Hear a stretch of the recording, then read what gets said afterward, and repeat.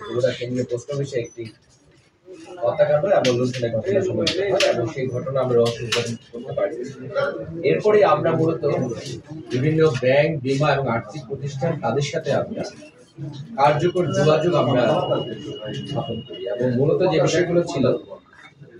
যে বিভিন্ন ব্যাংক, বীমা এবং আর্থিক প্রতিষ্ঠান তাদের যে নিরাপত্তার বিষয়টি এটি নিশ্চিত করা এবং সেই লক্ষ্যে আমরা বিগত পবিত্র ঈদ উল ফিতরের আগে বগুড়ার যতগুলো তফসিলি ব্যাংক আছে সেই ব্যাংকের উপযুক্ত যারা প্রতিনিধি যারা আছেন তাদেরকে নিয়ে আমরা এই মিলনায়তন কক্ষে আমরা সভা করি এবং সেই সভাতে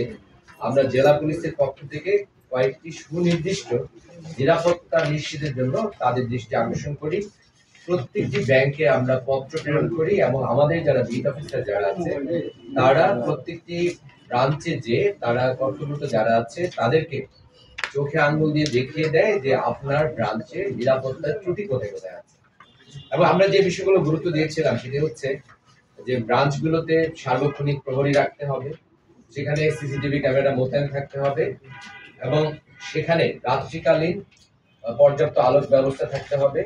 যে ভবনটিতে তারা ব্যাংকিং কার্যক্রম পরিচালনা করবেন সেটি একটি সুরক্ষিত ভবন হতে হবে এবং তাদের যে গুরুত্বপূর্ণ যে স্থানগুলো রয়েছে, ভল্ট একটি অত্যন্ত গুরুত্বপূর্ণ স্থান,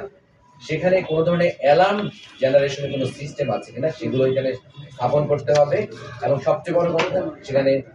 অ্যাক্সেস কন্ট্রোল মানে প্রবেশাধিকার নিয়ন্ত্রণ যে করে হোক তাদের করতে হবে এবং সেই বিষয়গুলো তাদেরকে বারবার আমরা বলেছি। আমরা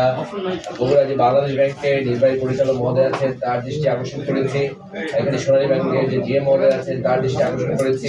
প্রত্যেকটি ব্যাংকের সাথে আমরা কথা বলেছি এবং তাদেরকে আমরা পাওয়ার পয়েন্ট প্রেজেন্টেশনের মাধ্যমে কিন্তু আমরা দেখিয়েছি যে কোন কোন শাখায় নিরাপত্তার ত্রুটি কোথায় কোথায় আছে